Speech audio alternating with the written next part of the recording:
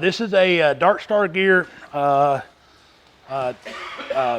Kelly makes these, sells these. He's a good dude. It's a good holster.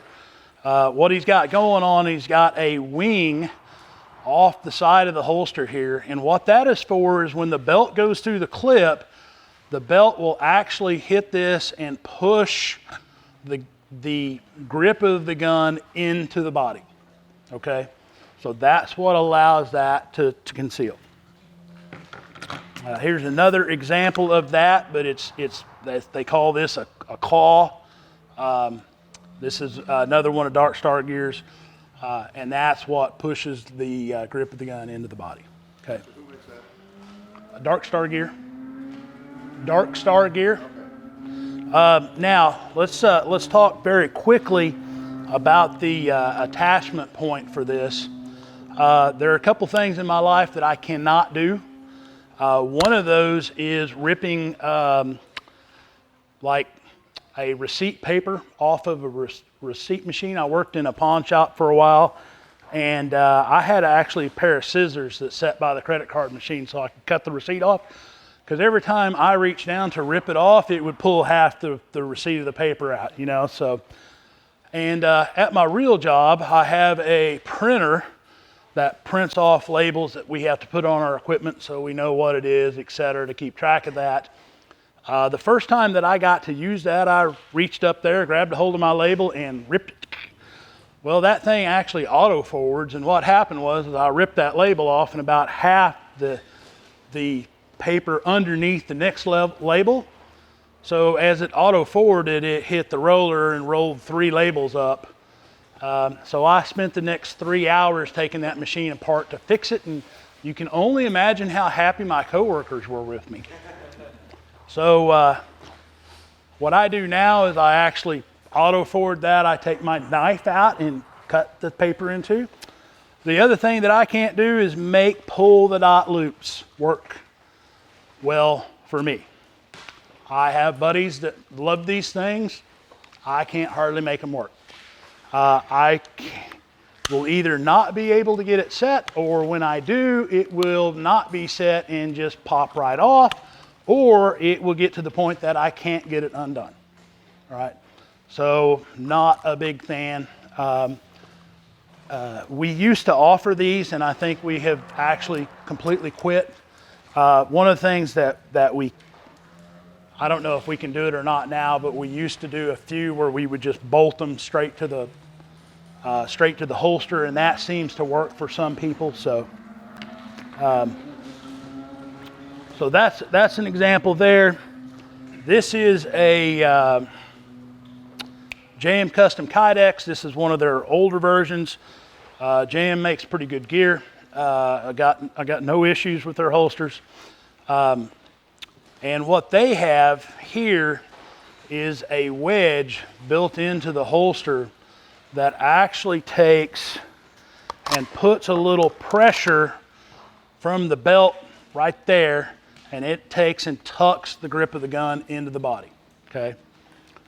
Some of the folks like this, some people don't, and that's again very individualized. This is a Philister Classic, I think.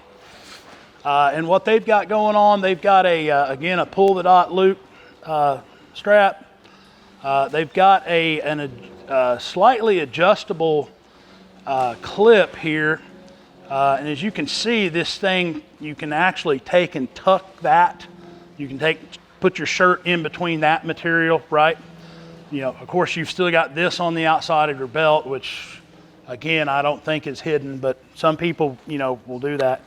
But what they've got going on here is they've actually got a little bit of a curve in this thing to put a little claw on it to take and tuck the grip of the gun into the body. So talking quickly about, we've engineered the keeper to have a very strong sweat guard. As you can see, I've got quite a bit of pressure on that, and it's barely bending the sweat guard at all. Okay, so it will survive. It has been built to survive that ECQC type environment. They've been tested in it a bunch. So they're really well made. Here's another one we talked about, and it's not too bad, but the whole holster, if you look at that, the whole holster collapsed pretty easily. This is JM's. I do believe you can get a gun back in it pretty safely, but I do have some concerns about the sweat guard. Not too much, but some. So part of my history in my real job is I spent about 9 years in a sheet metal shop, becoming absolute expert making custom one-off sheet metal pieces, okay? So if you take a thin piece of sheet metal and you put bends in it, you make it significantly stronger, or embosses. So we've kind of taken that same philosophy and applied it to Kydex, because it's just metal, it's plastic, but it operates the same way. So this is like the Beretta one, right? So what we've done is we put an emboss in there that makes that quite a bit stronger instead of just flat Kydex. Now if we go back, to our Aaron, which is obviously for a much smaller gun, well, you can bend that quite a bit. We have changed these where they're significantly stronger now, but that holster isn't necessarily designed, again, to withstand that kind of ultimate level test, and so many of these holsters are not. So that's kind of what takes that's kind of what gives the holster functionality to tuck the grip of the gun into the body, all right? So a few other things that I'll talk about quickly before I move on to the last holster I'll talk about is comfort becomes a really big thing, especially with the end of the holster. Okay, and what I'm talking about is if you look at this holster, you've got a very wide mouth. It will actually, this is for a Glock 17, but you could fit a Glock 34, 35 in there. The gun would stick out from the bottom of the holster. Same type of scenario with this holster. Or one of these. These are the Raven Vanguard. Again, they come in kits because they're, you can set them up left or right-handed. One of these has clips and the other one has pull-the-dot loops. But this is the advanced kit, so it has the claw. So it kind of works. I have a buddy of mine. This is what that looks like, if you will. It basically just covers the trigger guard itself. And then those have a claw that come off this side and a clip or a loop. So it basically covers the trigger guard and you can clip it onto a belt, etc. I've got a good buddy of mine that likes his. It works good for him, but you're going to think about that. That's not a holster setup that you're going to be able to run in a class.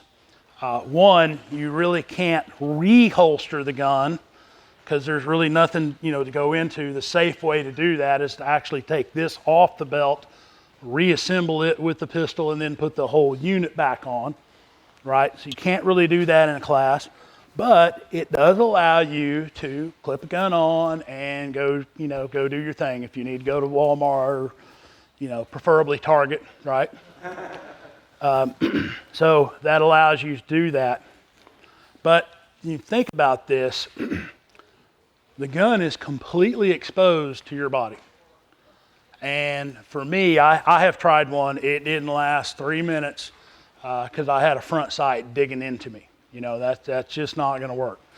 But if you think about carrying a holster like this or this with a big open end, and you shoot, let's say you shoot about 200 rounds, that's going to be really hot going back, and that's not going to be comfortable, okay? So one of the things that we did is we, on all of our holsters that you've seen, very different than most of them, although Raven did fairly good job on this one, it's almost closed.